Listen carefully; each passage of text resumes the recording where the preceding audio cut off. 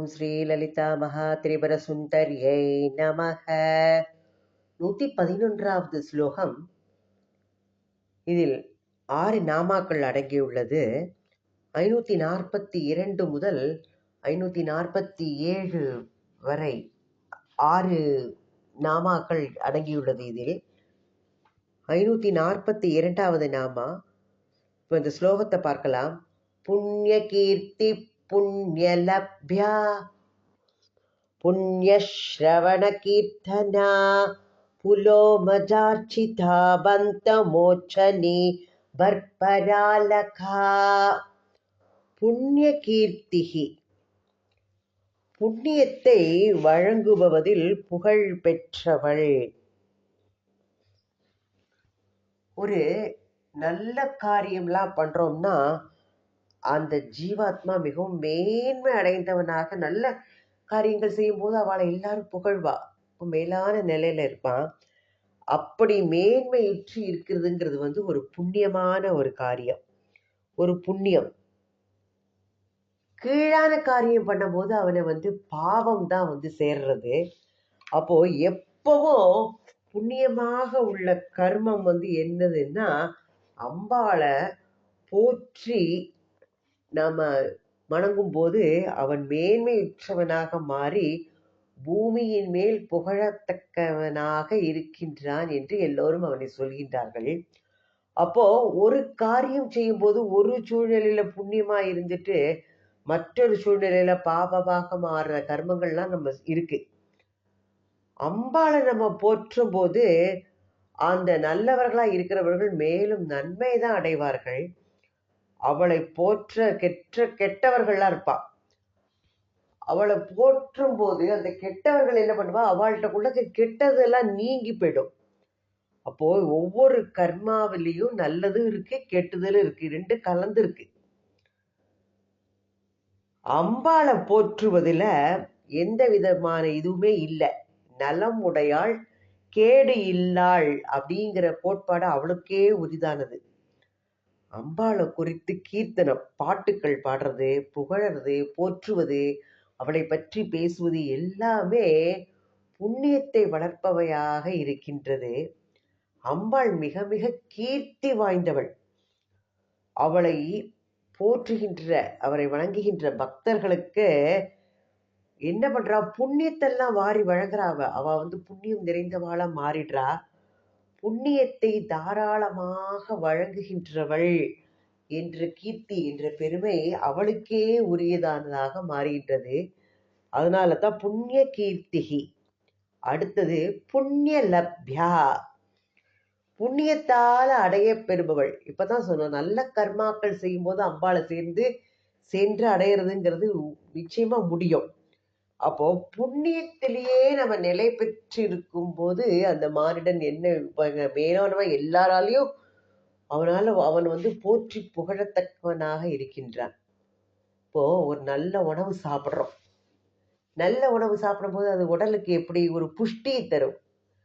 அத மாதிரி புண்ணியமான காரியங்கள் செய்யும் போது அது என்னதுன்னா உள்ளத்துக்கு தெளிவ தெரியுமா. உடலுக்கு உணவு நல்ல ஆரோக்கியத்தை தருவது போல உள்ளத்திற்கு நல்ல புண்ணிய கர்மாக்கள் செய்யும் போது அது உள்ளத்தை தெளிவுபடுத்ததாக இருக்கின்றது. அப்போ விவேகத்தை கொடுக்கின்றது. புண்ணியத்திலேந்து பிசகாம அதை மேலும் மேலும் நம்ம வளர்த்துட்டே போனோம்னா மனசு பக்குவம் அடையும். அப்போ இந்த பிரபஞ்ச வாழ்வை பத்தி நம்மளுக்கு புரியும்.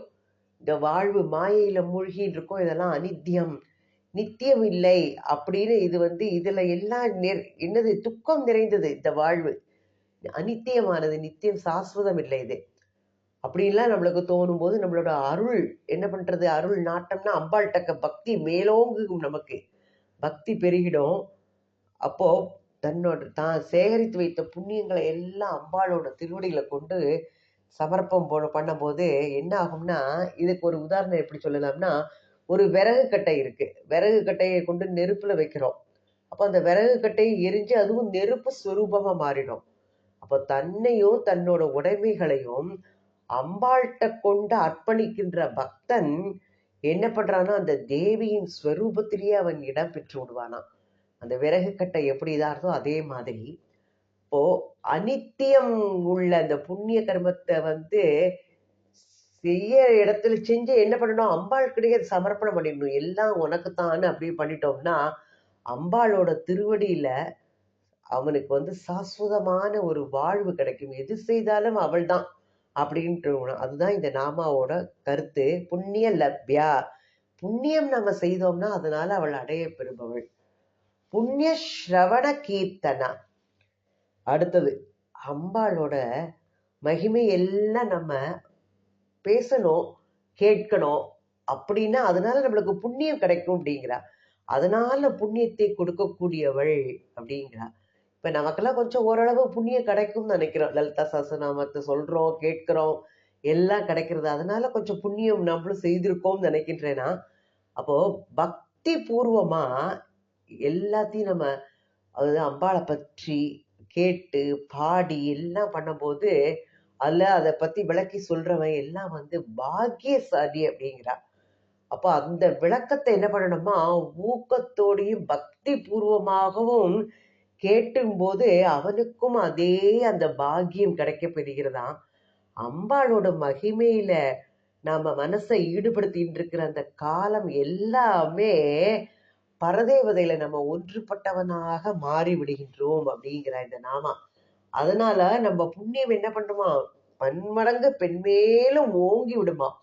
அப்போ சொல்கிறவனும் கேட்கிறவனும் இந்த பாக்கியத்துக்கு இலக்காகிறார்கள் என்பது இந்த நாமாவுடைய பொருள். புண்ணிய ஸ்ரவண கீர்த்தனா, கேட்பவனுக்கும் சொல்பவனுக்கும் அந்த பாக்கியம் கிடைக்கிறது. புலோ மஜார்ச்சிதா அடுத்த நாமா. புலோ மஜார்ச்சிதா அப்படின்னு சொல்ற நாமா 545வது நாமா. சுலபமா நாம ஜபத்தை சொல்லி நம்ம நிறைநிலை அடையலாம், நம்மளோட குறைநிலை எல்லாம் போக்கிக்கலாம் அப்படின்னு சொல்லப்படுறது இந்த நாமாவால. ஏற்கனவே சொல்லிட்டு இருக்கோம், கலியுகத்துல எல்லாருக்கும் எது முக்கியம்னா நாமஸ்மரணை. நாமஸ்மரணை ஒன்றுதான் வேணும் நம்மளுக்கு. வேற எதுவுமே வேண்டாம் நம்மளுக்கு. அப்பேற்பட்டவள் புண்ணிய லப்யா புண்ணிய ஸ்ரவண கீர்த்தனா புலோ மஜார்ச்சிதா அப்படின்னு சொன்னோம்னா, இது இன்னொரு அர்த்தம் என்னதுன்னா இந்திராணியால பூஜிக்கப்பட்டவள். புலோ மஜார்ச்சிதா அப்படின்னா நம்ம நாமத்தை சொல்லி இதுல நம்ம இந்த கலியுகத்துல நாம ஸ்மரணை எவ்வளவு மேன்மையானதுன்னு எல்லாருக்கும் தெரியும். இந்த நாமாவை சொன்னா யாகங்கள் பண்ண வேண்டாம், யஜ்ஞங்கள் பண்ண வேண்டாம். அவளே தத்துவ பூர்வமா இந்திரியங்கள் அவற்றை ஆளும் மனம் இந்திரன் எல்லாம் அப்படியே நம்மளுக்கு அப்படி மாறிடுமா. அப்போ மனது தன்னுடைய பண்பை இழந்து விட்டா மனிதன் என்ன பண்றான், அவனுக்கு அவன் மனிதனா இருக்க மாட்டான். பண்பை இழந்துட்டான்னா அவன் என்ன சொல்லுவான், மிருகம் மாதிரி. அப்போ விவேகம் படைத்திருப்பவன் அம்பாளோட மகிமைகளை அறிந்து கொள்வதற்கு ஏற்ப தன்னுடைய மனதை மாற்றி அமைத்துக் கொள்கின்றான். அப்படின்னால இன்னொரு அர்த்தம் இந்திராணியால நன்கமாக பூஜிக்கப்பட்டவள். புலோம் அஜார்ச்சிதா, புலோமை அப்படின்னா இந்திராணி, இந்திராணியால அர்ச்சிக்கப்பட்டவள் அப்படின்னு சொல்லலாம். இன்னொன்னு என்னன்னா, நாம ஜபத்தால நம்ம அம்பாளோட மகிமைகளை அறிந்து கொள்வதற்கு ஏற்ப மனது விரைவில் திருத்தி அமைக்கப்படுகின்றது அப்படின்னு அந்த நாமாவுக்கு இந்த நாமாவுக்கு இந்த பொருளையும் எடுத்துக்கலாம். அடுத்த நாமா பந்த மோச்சனி. பந்த மோச்சனி, பந்தங்களில் இருந்து விடுவிப்பவள். நம்மளை இந்த நாம எதுல இருக்கோம், இந்த பிறவி பெருங்கடல்ல கட்டுண்டு கிடக்கிறோம். அஜ்ஞானம் நம்மளை மூடி அந்த இருள்ல உழண்டு அப்படியே எல்லாம் நம்ம சொந்தங்கள் பந்தங்கள் எல்லாம் எல்லாத்துலயுமே அப்படியே நம்ம கட்டுண்டு கிடக்கிறோம். ஒரு எதிரியோட கையில நாம அகப்பட்டு இருப்பது போல இந்த உலக வாழ்வு அவன் அப்படியே நம்மளை பிடிச்சு வச்சுட்டு இருக்கிற மாதிரி இந்த உலக வாழ்வு நம்மளை பிடிச்சு வச்சுட்டு இருக்கு. அது ஒரு அப்பேற்பட்ட பந்தமா இருக்கு. இந்த அஜ்ஞானம் அப்படிங்கிற இருள்ல மனசு அப்படியே தனக்கு தானே உழலும் போது பந்தத்தை ஏற்படுத்தி கொள்கிறது. அதுதான் இந்த சம்சார சாகரத்துல நம்ம தத்தளிச்சுட்டே இருக்கோம். அப்போ அது ஞான ஸ்வரூபமா மாறி அமையணும். அதுக்கு எது காரணம்னா அம்பாளோட இதுதான். அப்போ தன்னுடைய இருள் சூழ்ந்த மனதை வந்து அம்பாளோட வழிபாட்டுல செலுத்தும் போது அந்த மனத்துல என்ன வரும்? ஞான பிரகாசம் ஏற்படுமா. அப்போ இந்த ஞான அக்னியில என்ன ஆகும்னா நம்மளோட கர்மங்கள் எல்லாம் எரிந்து அப்படியே பஸ்மமா சாம்பல் ஆகிடும். அப்போ இந்த பந்த பாசம் அப்படிங்கிற இடமே இல்லை, அந்த இடைஞ்சலே இல்லை. அப்போ முறையா நம்ம அம்பாளை நம்மளை தியானம் பண்ணி அவளையே நம்ம சரணடையும் போது எல்லா விதமான பந்தங்களிலிருந்தும் நம்மளை அவள் விடுவிப்பாள். அதுதான் இந்த நாமாவோட அர்த்தம். அப்போ ஏற்பட்ட நாமா இது வந்து பந்த மோச்சனி. அடுத்தது பர்பராலகா. பர்பராலகானா அலை போல அப்படியே மேடு பள்ளமாக அப்படியே அடுக்கடுக்கா வளைந்திருக்கும், மேடு பள்ளமாக வளைந்து சுருண்டு இருக்கும் கூந்தலை உடையவள் பர்பராலகா. நீண்ட கூந்தல் நம்மளுக்கு இருக்குதுன்னா ஒண்ணு பெண்ணுக்கு என்ன பண்ணுவா, அது ஒரு அழகா பார்க்கப்படுகின்றது. அழகான நீண்ட கூந்தல் இருக்குதுன்னா அது ஒரு அழகு பெண்களுக்கு. அந்த நீண்ட கூந்தல்ல லேசா ஒரு வளைவு அப்படி ஏற்படுமானால் அது எப்படி இருக்குமான்னா, கூந்தல் அப்படிங்கிற ஒரு நீர்ப்பரப்புல அலைகள் வீசுவது போல அது காட்சி கொடுக்குமா. அத்தகைய காட்சி இந்த கூந்தல் என்ன பண்ணுமா, இன்னும் ரொம்ப அழகா எடுத்து காட்டுமா. அந்த கூந்தலோட அழக பன்மடங்கு அதிகரிக்க செய்யுமா அது வந்து. இப்ப அன்னை பராசக்தி அத்தகைய கூந்தல் படைத்தவளாக இருக்கின்றாள் வற்பராலகா. இது பார்த்துலாம். அடுத்த நாமா வந்து அடுத்த ஸ்லோகத்துல 112வது ஸ்லோகம். விமர்சரூபிணி வித்யா வியதாதி ஜகத் பிரசூகு சர்வவ்யாதி பிரசமனி சர்வ மிருத்யு நிவாரிணி. 548வது நாமா விமர்சரூபிணி. விமர்சனம், விமர்சம், தன்னைத்தானே பிரகாசப்படுத்தி கொண்டு தன்னில் தானே திருப்தி அடைந்தவளாக இருக்கின்றாளாம் அம்பாள். நம்மளுக்கு ஒரு பொருள் காட்சிக்கு எட்டாத நிலையில இருக்கும்போது என்ன பண்றோம், அந்த சிவம் அப்படின்னு சொல்றோம். அதே பொருள் காட்சிக்கு எட்டுற நிலையில சக்தி. அப்போ சக்தியாய் சிவமாய் அப்படின்னு நம்ம சொல்றோம். ஒரு வாக்கியம் சொல்லுவோம், சக்தியாய் சிவமாய்ங்கிறது. காட்சிக்கு எட்டாத நிலையில இருப்பது சிவம், காட்சிக்கு எற்ற அந்த பரவஸ்து சக்தி. அப்போ அந்த பரத்தினை அடைவதற்கு நாம ஜபிக்கிற மந்திர ஸ்வரூபமாக இருப்பவள் அம்பாள். அவள் அருளால தான் நாம எல்லாம் அந்த தோற்றத்துல பக்குவமாகி அதற்கு மேல் நிலைக்கு செல்வது அதனால்தான் சாத்தியமாகும். அந்த அரிய செயலை செய்ய வைப்பதால் அம்பாள் விமர்ச ரூபிணி அப்படின்ட்டு அவள் வந்து தன்னைத்தானே விளக்கி தானே அவள் பிரகாசப்படுத்திக்கிறா. அதிலேயே தன்னாலே திருப்தி அடைந்தவளாக இருக்கின்றாள். அப்பேற்பட்ட அரிய செயலை செய்கின்றாளாம் அவள் வந்து அம்பாள். அதனால விபர்ச ரூபிணி என்ற நாமாவால அழைக்கப்படுகின்றாள். அடுத்தது வித்யா. வித்யா 549வது நாமா. வித்யா ஸ்வரூபமாக இருப்பவள். வித்யா என்ன பண்றோம், ரெண்டு இது வித்யா அவித்யா அப்படின்னு மாயையில இரண்டு தோற்றங்கள் இருக்கின்றது. இப்ப ஞான மார்க்கத்துல நாம போகணும்னா அவனுக்கு துணையா இருப்பது அந்த மாயை பேரு வித்யா மாயை. அதே இது அவன் கீழ் நிலையில போய் அவனை வந்து இந்த இருள் சூழ்ந்து அதெல்லாம் கீழ்மையா இருக்கான்னா அதுக்கு வந்து அவித்யா மாயை. இப்போ ஞான தெளிவு அடையணும், முக்தி பெறணும், அதற்கு காரணமாக இருப்பது வித்யா. அத்தகைய வித்யா ஸ்வரூபிணியாக அம்பாள் இருக்கின்றாள். அப்போ நாம பார்க்கிறோம், சிவம் வந்து சுத்த மாயையுடன் வந்து சேர்ந்து ஜீவஸ்வரூபமா காட்சி தரா. அப்ப சுத்த சிவம் மாயையை வந்து தன்வசம் வைத்து கொண்டிருக்கும் போது அது வந்து ஈஸ்வரன். நம்ம ஏற்கனவே முதல்லயே பார்த்திருக்கோம், இது கொஞ்சம் தத்துவமா இருக்கும். மாயையோட சிவம் சம்பந்தப்படும் போது ஜீவஸ்வரூபன், சுத்த சிவம் வந்து மாயையை தன்வசம் வைத்துக் கொண்டிருக்கும் போது அதற்கு ஈஸ்வரன். அப்போ சுத்த சிவம் வந்து மாயைக்கு அடிமைப்பட்டவன் போன்று தென்பட்டும் போது அவன் வந்து யாரு, நம்ம தான் அந்த ஜீவாத்மா. மாயைக்கு நம்ம அடிமைப்பட்டு இருக்கோம். அப்போ நம்மளை கட்டி வச்சிருக்கின்ற இந்த மாயா சக்தி அந்த ஜீவனுக்கு அந்த விவேகத்தை கொடுக்கும் போது அவள் வந்து வித்யா, வித்தையினால தான் இந்த மாயை எல்லாமே விலகும். அப்போ நித்திய வஸ்து எது, அனித்திய வஸ்து எதுங்கிறது வந்து நம்மளுக்கு அப்பதான் அந்த விவேகம் வரும். அந்த விவேகம் எதுல இருந்து வருது? வித்யாலேருந்து வருது, வித்யா மாயையிலேருந்து. இதனால அம்பாள் வந்து வித்யா என்ற நாமாவால அழைக்கப்படுகின்றாள். அடுத்த நாமா பார்த்தோம்னா வியதாதி ஜகத் பிரசூகு. வியதாதி, வியதுனா இது ஆகாசம். ஆகாசம் முதலிய ஜகத்தோட உற்பத்திக்கு காரணமாக இருப்பவள், ஜகத்தின் ஜனனியாக இருப்பவள். ஜனனி அவள் தான் தோற்றுவிக்கிறவள். ஜனனினா தாய் சொல்லலாம். அதனால ஜகத்தின் ஜனனியாக இருப்பவள், ஆகாசம் முதலிய ஜகத்தோட ஜனனியாக எல்லாத்தையும் தோற்றுவிப்பவளாக இருக்கின்றாள். நம்ம பார்த்திருக்கோம், தன்னில் தானாக திருப்தி அடைபவள் அப்படின்னு பார்த்தோம் இப்பதான் விமர்ச ரூபிணில. அப்போ அந்த மூல வஸ்து அது ஆதிசக்தி, அதுல இருந்து வரா. அந்த ஆதிசக்தியிலிருந்து தான் எது வருது? ஆகாசம். ஆகாசத்திலிருந்து வாயு, வாயுவிலிருந்து அக்னி, அக்னியிலிருந்து நீரும், நீரில் இருந்து நிலம். எல்லாம் தோற்றம், முதல் தோற்றம் ஆகாசம்.